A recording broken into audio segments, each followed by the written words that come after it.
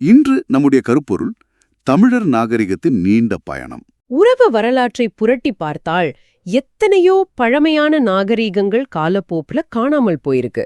இப்ப பாத்தீங்கன்னா எகிப்திய நாகரிகமாகட்டும் இல்ல மாயன் நாகரிகமாகட்டும் அவை இன்னைக்கு வெறும் அருங்காட்சியக பொருட்களா மட்டுமே எஞ்சிருக்கு. ஆமா, அது உண்மைதான். ஆனா இத்தனை படையெடுப்புகள், அரசியல் மாற்றங்கள், காலனி ஆதிக்கம் அனைத்தையும் தாண்டி ஒரு தொன்மையான நாகரிகம் இன்றும் ஒரு நவீன துடிப்பான சமூகமா தொடர்ந்து இயங்கிட்டு இருக்குன்னா அதுக்கு பின்னால் உள்ள உளவியலும் அவங்களோட அந்த தகவமைப்பு திறனும் மிக முக்கியமானது. அதுதான் நாம இன்று ஆழமா பார்க்க போறோம். கண்டிப்பா. நமது இந்த அலசலின் நோக்கம் வெறும் மன்னர்களோட பெயர்களையும் போர் சரித்திரத்தையும் பட்டியலிடுவது கிடையாது. அதைத்தான் நாம பள்ளிக்கூடத்திலே படிச்சிட்டோமே. கரெக்ட். இலக்கியங்கள், அகழாய்வுகள், வரலாற்று ஆவணங்கள், இது போன்ற தரவுகளை கொண்டு ஒரு சமூகம் எப்படி வீழ்ச்சிகளிலிருந்து மீண்டது, அதோட நிர்வாகம் மற்றும் பொருளாதார கட்டமைப்பு எப்படி இயங்கியது என்பதற்கான நுட்பமான தகவல்களை நேரான உங்களுக்கு வழங்குவதுதான் நமது இலக்கு. சரி, இதை நாம் கொஞ்சம் ஆழமாக அலசுவோம். எந்த ஒரு வரலாற்றுக்கும் ஒரு தொடக்க புள்ளி இருக்கும் இல்லையா? ஆமா, நிச்சயமா. ஆப்பிரிக்காவிலிருந்து மனிதர்கள் இடம்பெயர்ந்த காலத்திலிருந்தே இதோட வேர்கள் தொடங்குது அப்படின்னு சொல்றாங்க. குறிப்பா நமது சங்க இலக்கியங்கள் ஒரு பெரும் நிலப்பரப்பு கடலில் மூழ்கிவிட்டதா, அதாவது குமரிக்கண்டம் அப்படிங்கிற ஒரு தொன்மத்தை பதிவு செஞ்சிருக்காங்க. இதை நாம வெறும் ஒரு கட்டுக்கதை அப்படின்னு கடந்து போயிட முடியுமா? அதாவது இது ஒரு நேரடியான புவியியல் உண்மையா பாக்குறத விட ஒரு சமூகத்தின் ஆழமான கலாச்சார நினைவா பார்க்கணும். கலாச்சார நினைவுனா பனியுகத்தோட முடிவில கடல் மட்டம் உயர்ந்தப்போ இந்திய பெருங்கடல் பகுதியில வாழ்ந்த மனிதர்கள் நிலப்பரப்பை இழந்து வடக்கு நோக்கி நகர்ந்திருக்கலாம். அந்த பெரும் இடப்பெயர்ச்சியோட வலியும் நினைவும் தலைமுறை தலைமுறையா வாய்மொழி மரபா கடத்தப்பட்டு பின்னர் இலக்கியங்கள்ல தொன்மமா பதிவாயிருக்கலாம். ஓ, அப்ப அதுக்கு ஒரு அறிவியல் அடிப்படை இருக்கு. ஆமா, இது பல பழமையான நாகரிகங்களில் காணப்படும் ஒரு பொதுவான கூறுதான். ஆனா நாம வெறும் தொன்மங்களை மட்டும் நம்பியிருக்க வேண்டியதில்ல. ஆதிச்சநல்லூர், கொடுமணல் மற்றும் சமீபத்திய கீழடி அகழாய்வுகள் இந்த நாகரிகத்தின் வேர்களை ஆணித்தரமா அறிவியல் பூர்வமா நிரூபிக்கின்றன. கீழடி பத்தி பேசும்போது அது வெறும் பழங்கால பொருட்களை கண்டெடுத்த இடம் அப்படின்னு சுருக்கிவிட முடியாது. கண்டிப்பா முடியாது. சுமார் 2600 ஆண்டுகளுக்கு முன்பு, அதாவது கிமு 6ஆம் நூற்றாண்டிலேயே அங்கே ஒரு நகர நாகரிகம் இருந்திருக்கு. ஒரு பரபரப்பான நவீன பெருநகரம் மாதிரி இருந்திருக்கு. ஆனா என்னை மிகவும் ஆச்சரியப்படுத்திய விஷயம் என்னன்னா, அங்கே கிடைத்த பானை ஓடுகளில் உள்ள தமிழ் எழுத்துகள் தான். அது ஒரு மிக முக்கியமான கண்டுபிடிப்பு. ஆமா, அந்த காலகட்டத்துல உலகின் பல பகுதிகளில் கல்வி அப்படிங்கிறது ஒரு குறிப்பிட்ட மேல்தட்டு வர்க்கத்திற்கோ அல்லது மத குருமார்களுக்கோ மட்டுமே சொந்தமானதா இருந்துச்சு. ஆனா இங்க மற்ற நாகரிகங்கள் இருளில் இருந்தப்போ ஒரு சாமானிய பானை வணைபவர் கூட தன் பெயரை பானையில் பொறித்திருக்கார். இங்கே மிகவும் கவனிக்கத்தக்க விஷயம் என்னவென்றால், ஒரு சமூகத்தில் எழுத்தறிவு என்பது சாமானியர்களிடம் பரவியிருக்கு என்றால் அதோட பின்னணி என்ன என்பதுதான். சொல்லுங்க, அதோட பின்னணி என்னவா இருக்கும்? எழுத்தறிவு என்பது சாதாரணமாக உருவாகிவிடாது.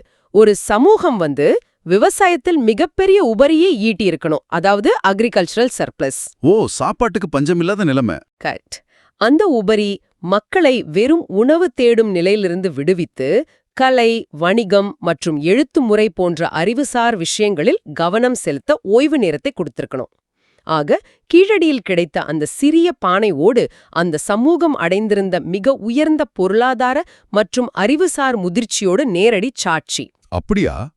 அந்த அறிவுசார் முதிர்ச்சி தான் அடுத்த சில நூற்றாண்டுகளில் பிரம்மாண்டமான ஒரு வர்த்தக ஏகபோகமா மாறியதா? ஆமா, அப்படிதான் சொல்லணும். சங்க காலம் என்று சொல்லப்படும் கிமு 300 முதல் கிபி 300 வரையிலான காலகட்டத்துல மூவேந்தர்களான அந்த வில் கொடியுடன் சேரர்கள், புலி கொடியுடன் சோழர்கள், மீன் கொடியுடன் பாண்டியர்கள், இவங்களோட வணிகம் முசிறி, பூம்புகார், கொர்க்கை துறைமுகங்கள் வழியா உலகையே வளைத்து போட்டிருக்கு.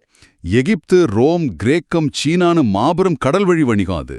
ஆனா இந்த ஆதிக்கத்தை அவங்க எப்படி சாத்தியப்படுத்தினாங்க? ரோமானியர்களுக்கும் சீனர்களுக்கும் இல்லாத எந்த தொழில்நுட்பம் இவங்க கிட்ட இருந்துச்சு? தொழில்நுட்பம் என்பதை விட இயற்கையை புரிஞ்சு கொண்ட அறிவியல் தான் இதுக்கு முக்கிய காரணம். ஹிப்பாலஸ் அப்படிங்கிற கிரேக்க மாலுமி பருவக்காற்று கண்டுபிடித்தார் அப்படின்னு வரலாற்றுல சொல்லுவாங்க. ஆமா, நாம கூட அப்படிதானே படிச்சிருக்கோம். ஆனா பல நூற்றாண்டுகளுக்கு முன்பே தென்மேற்கு மற்றும் வடகிழக்கு பருவக்காற்றுகளோட சுழற்சிய தமிழர்கள் துல்லியமா கணிச்சு வச்சிருந்தாங்க.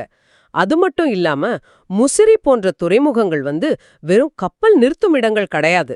வேற எப்படி செயல்பட்டது? அவை பிரம்மாண்டமான கிடங்குகள், சுங்கச்சாவடிகள் மற்றும் பன்னாட்டு வணிகர்கள் தங்கும் குடியிருப்புகளைக் கொண்ட மிக நவீன சிறப்பு பொருளாதார மண்டலங்களா இயங்குன.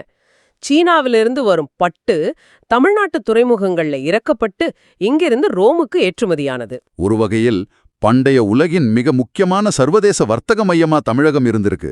ஆமா, உலகளாவிய வர்த்தகத்தோட மையப்புள்ளி அது. இங்கேதான் விஷயம் மிகவும் சுவாரஸ்யமாக மாறுகிறது. இவ்வளவு பிரம்மாண்டமான பொருளாதார இலக்கிய செழிப்பை கண்ட சங்க காலம் திடீரென முடிவுக்கு வருது. கிபி 300 முதல் 600 வரை களப்பிரர்கள் என்ற புதிய ஆட்சியாளர்கள் வராங்க. வரலாற்று புத்தகங்கள்ல இவங்கள பத்தி படிக்கும்போது இது ஒரு இருண்ட காலம் அப்படின்னு ஒற்றை வரியில முடிச்சிடுறாங்களே. அது ஒரு பெரிய விவாதம். மூவேந்தர்களின் அத்தனை பெரிய இராணுவ பலமும் பொருளாதார கட்டமைப்பும் எப்படி ஒரு சில நூற்றாண்டுகளில் முற்றிலுமாக காணாமல் போனது? இது எப்படி இருண்ட காலமா இருக்க முடியும்? இருண்ட காலம் என்ற சொல்லாடலே வரலாற்றில் ஒரு மிகப்பெரிய அரசியல் கருவி. உங்களுக்கு ஒண்ணு தெரியுமா? வரலாறு என்பது எப்போதுமே வெற்றி பெற்றவர்களால் தங்களுக்கு முந்தைய ஆட்சியாளர்களை குறைத்து மதிப்பிடுவதற்காக எழுதப்படுவது. அதனாலதான் இருண்ட காலம்னு சொல்றாங்களா? கரெக்ட். மூவேந்தர்களின் ஆதரவில் வளர்ந்த மரபு வழி சிந்தனையாளர்கள் களப்பிரர்களின் ஆட்சியை புறக்கணிச்சிருக்கலாம். ஏன்னா களப்பிரர்கள் காலத்துல அரச ஆதரவு சமண மற்றும் பௌத்த மதங்களுக்கு திரும்பியது. ஆனா இத நாம இருண்ட காலம் அப்படின்னு சொல்வது வரலாற்றுக்கு செய்யும் மிகப்பெரிய பிழை. உண்மைதான். இருண்ட காலம்னு எப்படி சொல்ல முடியும்? உலக பொதுமறையான திருக்குறள், இரட்டை காப்பியங்களான சிலப்பதிகாரம் மற்றும் மணிமேகலை போன்ற தலைசிறந்த இலக்கியங்கள் உருவானது இந்த காலகட்டத்துல தானே. அதான் நீங்களே சொல்லிட்டீங்களே. அறம் மற்றும் தத்துவம் சார்ந்த இவ்வளவு ஆழமான சிந்தனைகள் சமூகத்துல பரவலாக விவாதிக்கப்பட்ட ஒரு காலத்தை அரசியல் ரீதியா மூவேந்தர்கள் இல்ல அப்படிங்கிறதுக்காக இருண்ட காலம் என்ற முத்திரை குத்துவது ஒரு மிகப்பெரிய வரலாற்று முரண்பாடு. சரியாக பிடித்தீர்கள். அரசியல் ரீதியா அது ஒரு அதிகார மாற்றத்தோட காலம். ஆனா அறிவு மற்றும் இலக்கிய ரீதியா தமிழ் நிலம் மிக முக்கியமான தத்துவ முதிர்ச்சியை அடைந்த காலம் அது. அந்த முதிர்ச்சி தான் அடுத்து வந்த காலையிலும் வெளிப்பட்டதா? ஆமா, இந்த முதிர்ச்சி தான் அடுத்த வந்த நூற்றாண்டுகள்ல கலையிலும் கட்டிடக்கலையிலும் வெளிப்பட்டது. களப்பிரர்களுக்கு பிறகு அதிகாரத்திற்கு வந்த பல்லவர்கள், குறிப்பா மகேந்திரவர்மன், நரசிம்மவர்மன் காலத்துல மரத்தாலும் செங்கலாலும் கட்டப்பட்ட கோயில்களை மாற்றி பிரம்மாண்டமான மலைகளை குடைஞ்சு குடைவரை கோயில்களை உருவாக்குனாங்க. மாமல்லபுரத்தின் சிற்பங்கள் பல்லவர்களின் கலைத்திறனுக்கு ஒரு சிறந்த சாட்சி. பல்லவர்கள் கலையில கவனம் செலுத்திட்டு இருந்த அதே நேரத்துல சமூக அளவுல மிகப்பெரிய மாற்றங்களும் நகர்ந்துட்டு இருந்துச்சு இல்லையா? பக்தி இயக்கம் தமிழகம் முழுவதும் பரவியது. ஆமா, அது ஒரு பெரிய ஆன்மீக மற்றும் சமூக அலை. சைவ நாயன்மார்களும் வைணவ ஆழ்வார்களும் வெறும் மதத்தை மட்டும் பரப்பவில்லை. அவங்க தமிழ் இசையையும் இலக்கியத்தையும் சாமானிய மக்களின் அன்றாட வாழ்வியலோடு சேர்த்தாங்க. கரெக்ட். பக்தி இயக்கம் ஒரு சமூக வலைப்பின்னலாக செயல்பட்டது. அதுவரை சமண பௌத்த தத்துவங்களில் இருந்த கடினமான கோட்பாடுகளை உடைத்து இசையின் மூலமும் தாய்மொழியின் மூலமும் மக்களை ஒன்றிணைத்தது. இந்த மக்கள் திரட்சிதான் அடுத்து ஒரு மாபெரும் பேரரசு உருவாவதற்கான அடித்தளத்தை அமைத்துக் கொடுத்தது. ஓ, அந்த பேரரசு தான் பிற்கால சோழர்கள் பேரரசு. ஆமாம். கிபி 850 விஜயாலய சோழனால் தொடங்கப்பட்ட பேரரசு அது. அதன் பிறகு ராஜராஜ சோழன் மற்றும் ராஜேந்திர சோழன் காலத்தில் உச்சத்தை தொட்ட அந்த பேரரசு உண்மையாகவே உலகையே உலுக்கியது. ராஜராஜ சோழன் கட்டிய தஞ்சை பெரிய கோயில் வெறும் கட்டிடக்கலை அதிசயம் மட்டுமல்ல, அது ஒரு மிகப்பெரிய பொருளாதார மற்றும் நிர்வாக மையமா இருந்திருக்கு. கண்டிப்பா. ஆனா அதைவிட என்னை வியப்பில் ஆழ்த்துவது அவரோட நிர்வாக கட்டமைப்பு தான். அவர் நிலங்களை அளந்து முறையான வரி விதிப்பை அறிமுகப்படுத்தியிருக்காரு. ஆயிரக்கணக்கான ஆண்டுகளுக்கு முன்பு எந்த நவீன தொழில்நுட்பமும் இல்லாமல் எப்படி இவ்வளோ பெரிய நிலப்பரப்பை அளக்க முடிஞ்சது? இதை நாம் ஒரு பரம்பு பார்வையோடு தொடர்பு படுத்தி பார்த்தால் ராஜராஜ சோழனோட மூளை எவ்வளவு துல்லியமாக வேலை செஞ்சிருக்கு அப்படிங்கிறது புரியும். ஒரு பெரிய இராணுவத்தை நிர்வகிக்கவோ பெரிய கோயிலை கட்டவோ தொடர்ச்சியான நிதி தேவை. அந்த நிதி எங்கிருந்து வரும்? விவசாய வரியிலிருந்து தான் வரணும். ஆமா, விவசாய வரியிலிருந்து வரும். எவ்வளவு வரி வசூலிக்கலாம் என்பதை எப்படி முடிவு செய்வது? ஒவ்வொருவரும் எவ்வளவு நிலம் வச்சிருக்காங்க, அதோட விளைச்சல் திறன் என்ன என்பதை துல்லியமாக ஆவணப்படுத்த வேண்டும். அதற்காக அவர் உருவாக்கியதுதான் நில அளவை முறை. அது ஒரு மிகப்பெரிய டேட்டாபேஸ் மாதிரி இருந்திருக்கும். நிச்சயமா. இந்த ஆவணப்படுத்தல் தான் சோழர்களின் நவீன அதிகார வர்க்க செயல்பாட்டிற்கு அடிப்படை. ஒரு நிலத்தின் உரிமையாளர் யார், அதை யார் நிர்வகிக்கிறார்கள் என்பதை மைய அரசு துல்லியமாக கண்காணித்தது. இது இன்றைய நவீன அரசாங்கத்தோட கட்டமைப்புக்கு எந்த வகையிலையும் சளைத்ததல்ல. அவரோட மகன் ராஜேந்திர சோழன் இதை இன்னும் அடுத்த கட்டத்திற்கு கொண்டு போனார். கங்கை கொண்டான் அப்படிங்கிற பெருமை அவருக்கு உண்டு. கடற்படை மூலமா இலங்கை, கடாரம் அதாவது மலேசியா மற்றும் சுமுத்ரா என தென்கிழக்கு ஆசியா முழுவதும் அவரோட ஆதிக்கம் இருந்துச்சு. ஆமா, அது ஒரு மாபெரும் கடல் வழி படையெடுப்பு. இதை நான் படிக்கும்போது ஒரு பன்னாட்டு கடற்படை நடவடிக்கைக்கான தளவாடங்களை எப்படி சமாளிச்சிருப்பாங்கன்றே நான் யோசிக்கிறேன். வங்காள விரிகுடாவை தாண்டி பல மாடங்கள் பயணிக்குத் தேவையான உளவு, நன்னீர் மற்றும் ஆயுதங்களை மரக்கலங்கள்ல எப்படி கொண்டு சென்றிருப்பாங்க? அது ஒரு மிகச்சிறந்த கேள்வி. கடற்படை லாஜிஸ்டிக்ஸ் என்பது சோழர்களோட மிகச்சிறந்த சாதனை. வழியில் உள்ள தீவுகளை பிடித்து அங்கே தங்களின் சரக்குகளை நிரப்பும் இடைநிலை புகலிடங்களை அவங்க உருவாக்குனாங்க. ஓ, சப்ளை ஹப்ஸ். ஆமா, சப்ளை ஹப்ஸ். ஆனா இத நாம வெறும் நில ஆக்கிரமிப்பு போராக பார்க்கக்கூடாது. சோழர்கள் ஏன் இந்தோனேஷியா மீது படையெடுக்கணும்? ஸ்ரீவிஜய பேரரசு என்பது சீனாவுக்கும் அரேபியாவுக்கும் இடையிலான கடல் வணிகத்தோட முக்கிய சுங்கச்சாவடியான மலாக்கா ஜலசந்தியை தன் கட்டுப்பாட்டுல வச்சிருந்தது. அப்போ அங்கே பிரச்சனை வந்திருக்கு. கரெக்ட். அங்கே விதிக்கப்பட்ட வரிகளால் சோழ வணிகர்கள் பாதிக்கப்பட்டாங்க. ஆக இது ஒரு பொருளாதார ராஜதந்திரம். உலக வர்த்தகத்தோட நரம்பு மையத்தை தங்கள் கட்டுப்பாட்டுல கொண்டு வருவதற்காக நடத்தப்பட்ட மிக துல்லியமான இராணுவ நடவடிக்கை அது. அதாவது இன்றைய நவீன நாடுகள் தங்கள் வர்த்தக பாதைகளை பாதுகாக்க எப்படி பன்னாட்டு சமுத்திரங்கள்ல போர்க்கப்பல்களை நிறுத்துகின்றனவோ அதை சோழர்கள் 1000 ஆண்டுகளுக்கு முன்பே செஞ்சிருக்காங்க. வியப்பா இருக்கு. ஆனா இவ்வளவு பெரிய புவிசார் அறியல் அறிவும் பிரம்மாண்டமான இராணுவமும் கொண்ட ஒரு பேரரசு எப்படி சரிந்தது? வீழ்ச்சிக்கு ஒரு முக்கிய காரணம் இருக்கு. 13ஆம் நூற்றாண்டுக்கு பிறகு சோழ பாண்டியர்களோட ஆட்சி வீழ்ச்சியடைந்து விஜயநகர பேரரசு, பின்னர் மதுரை, தஞ்சை, செஞ்சி, நாயக்கர்கள், மராத்தியர்கள், நவாபுகள் என பலரின் கட்டுப்பாட்டில் தமிழகம் சிக்கியதே அந்த வீழ்ச்சியோட உளவியல் என்ன? அதிகார குவிப்பு எப்போதுமே நீண்ட காலத்திற்கு நிலைக்காது. சோழர்கள் காலத்துல மையப்படுத்தப்பட்ட அதிகாரம் அவங்க வலுவிழக்கும் போது சிதறத் தொடங்கியது. விஜயநகர பேரரசு மற்றும் நாயக்கர்களின் காலத்துல நிர்வாக வசதிக்காகவும் இராணுவ தேவைக்காகவும் நிலங்கள் பிரிக்கப்பட்டு உள்ளூர் தலைவர்களிடம் ஒப்படைக்கப்பட்டது. இதைத்தான் நாம் பாளையக்காரர் முறை அப்படின்னு சொல்றோம். இது ஒரு வகையான பிரான்சைஸ் மாடல் மாதிரி இருக்கு. ஆமா, கிட்டத்தட்ட அப்படிதான். இந்த அதிகார பரவலாக ஒரு இரட்டை முனை வாழ் அல்லவா? ஐரோப்பியர்கள், குறிப்பா போர்ச்சுகீசியர்கள், டச்சுக்காரர்கள், பிரெஞ்சுக்காரர்கள், அப்புறம் ஆங்கிலேயர்கள் வியாபாரத்திற்காக பின்னர் நிலங்களை கைப்பற்றத் தொடங்கிய போது ஒட்டுமொத்தமா அவங்கள எதிர்க்க ஒரு மையப்படுத்தப்பட்ட பேரரசு இங்கே இல்லை. பல பாளையங்களா பிரிந்து கிடந்ததால் ஆங்கிலேயர்கள் பிரித்தாளும் சூழ்ச்சியை மிக எளிதாக பயன்படுத்த முடிந்ததில்லையா? நீங்கள் சொல்வது ஒருபுறம் சரிதான். பிரிட்டிஷ் கிழக்கிந்திய கம்பெனி ஈஸியா உள்ள வந்தாங்க. ஆனா அதே பாளையக்காரர் முறைதான் ஆங்கிலேயர்களுக்கு எதிரான ஆரம்ப கால தடைகளாகவும் மாறியது என்பதை நாம் மறந்துவிடக்கூடாது. எப்படி அப்படி சொல்றீங்க? ஒரு மைய அரசை வீழ்த்தினால் அந்த நாடே அடிமையாகிவிடும். ஆனா தமிழகத்துல ஒவ்வொரு சிறிய பாளையமும் தன்னாட்சியோடு இயங்கியதால் ஆங்கிலேயர்கள் ஒவ்வொரு ஊருக்கும் சென்று தனித்தனியா போரிட வேண்டியிருந்தது. இந்த உள்ளூர் அதிகார கட்டமைப்பு தான் சுதந்திர போராட்டத்தோட முதல் தீய மூட்டியது. அந்த ஆரம்ப கால போராட்டங்களை நினைக்கும் போதே ஒரு மிகப்பெரிய உத்வேகம் பிறக்குது. பூலித்தேவன், வீரபாண்டிய கட்டபொம்மன், மருது சகோதரர்கள் என ஆங்கிலேயரை எதிர்த்து ஆயுதம் ஏந்திய முதல் குரல் இங்கிருந்து தான் உரிக்குது. ஆமா, அது ஒரு முக்கியமான காலகட்டம். அதிலும் குறிப்பா ஒரு தகவலை உங்களுக்கு நான் சொல்லியே ஆகணும். 1857 சிப்பாய் கழகத்தை தான் இந்தியாவின் முதல் சுதந்திர போர் அப்படின்னு பலரும் நினைக்கிறாங்க.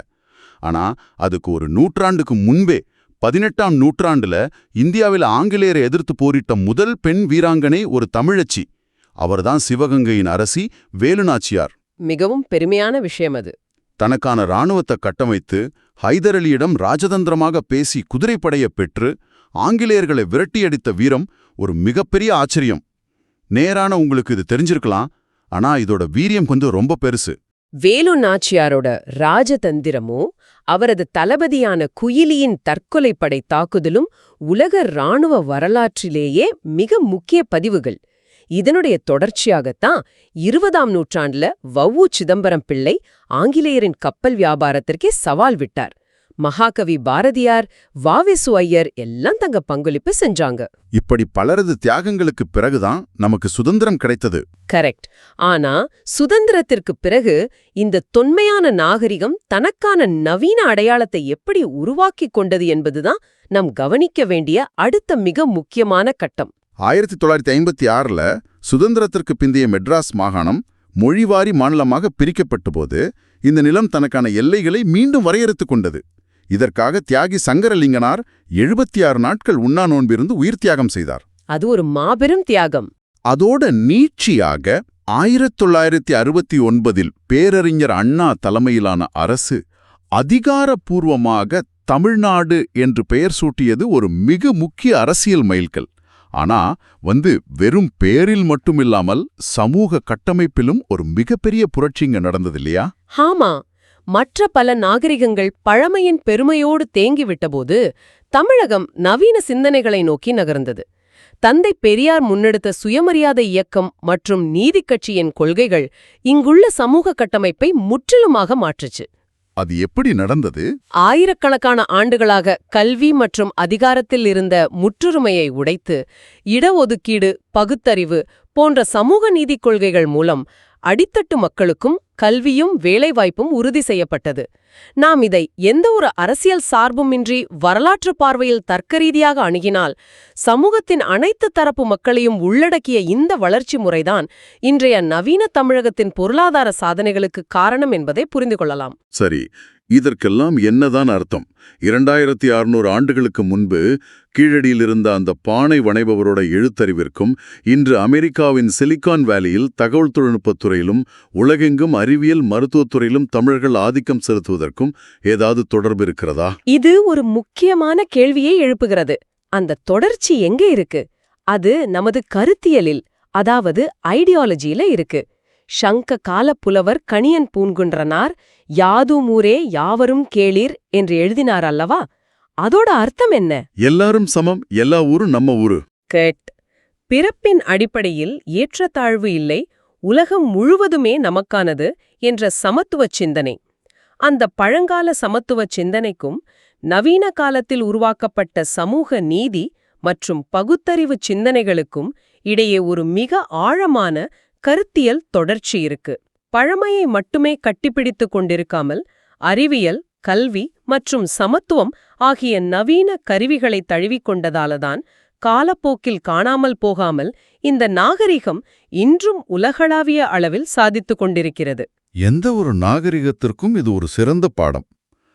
கீழடியில் ஒரு எழுத்தறிவு பெற்ற சமூகமாகத் தொடங்கி சங்க காலத்தில் உலகளாவிய வணிகப் பேரரசாகி சிலப்பதிகாரம் போன்ற காப்பியங்களை படைத்து ராஜேந்திர சோழனின் கடற்படையின் மூலம் உலக ஆதிக்கம் செலுத்தி வேலுநாச்சியார் மூலம் ஏகாதிபத்தியத்தை எதிர்த்து இன்று நவீன கால சமூக நீதி மூலம் உலகின் அறிவார்ந்த சமூகங்களில் ஒன்றாக நிமிர்ந்து நிற்கும் இந்த பயணம் கற்பனை செய்ய முடியாத அளவு பிரம்மாண்டமானது. உண்மையாகவே பிரம்மாண்டமானதுதான். ஆனா வரலாற்றை அலசுவதன் இறுதி நோக்கம் கடந்த காலத்தை பெருமை பேசுவது மட்டுமல்ல, அதிலிருந்து நமது எதிர்காலத்திற்கான பாடத்தை கற்றுக்கொள்வதுதான்.